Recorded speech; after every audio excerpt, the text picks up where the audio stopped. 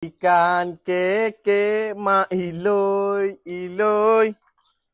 Ikan apa yang kita dapat? Oh, ikan ni kita dapat. Ikan lumba-lumba. Okey, ini bukan cerita pasal ikan lumba-lumba. Let's jom kita tengok apa hari ni, geng. Okey. Jika wow, komen wow. Okay. Naik super bike. Naik. Oh.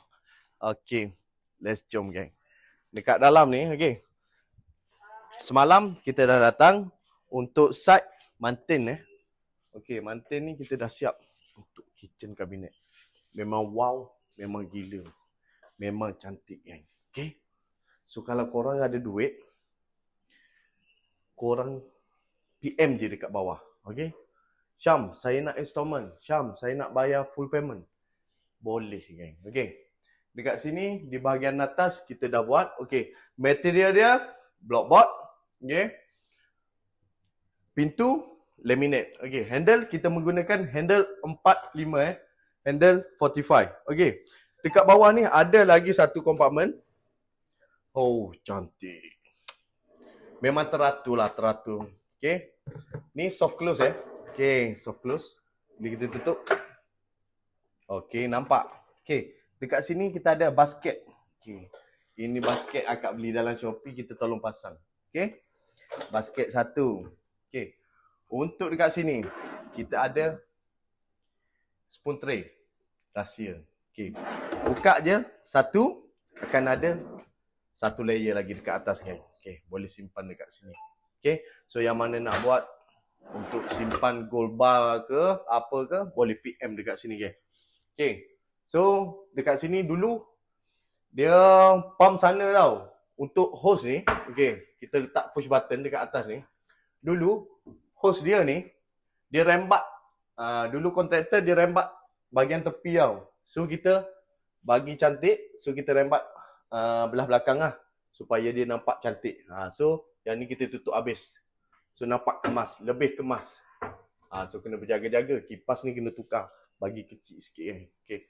So kompartmen atas ni dah ada. Okay.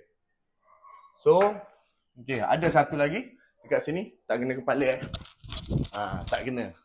Okay, tinggi. Cukup padat.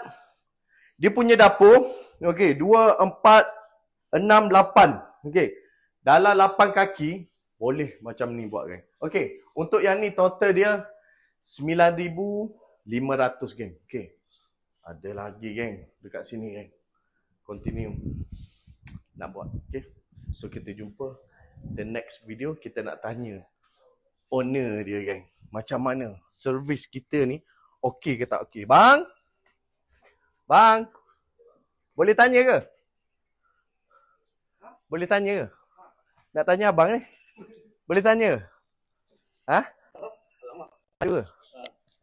Okey. Nak tanya ni, berkenaan dengan dapur. Oh, terbaik boh. Kita dah cuba buat sendiri, tak jadi. Tak jadi dah. Tak jadi. So, memang sebih kita lagu mana? sebih demo.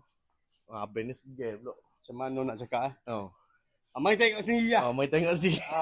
Mu tengok ni. Abang ni kecek Kelantan tu. Oh, nak banyak lawak. Mak. Saya orang 9. Orang 9. Okeylah. Sebab saya buat sendiri pun rasa dah hebat dah. Dah hebat Sebelah dah. ni saya buat tak jadi. Tak jadi.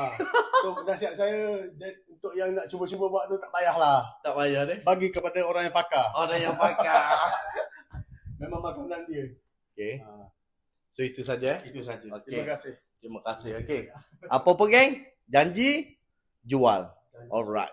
Share, like, follow.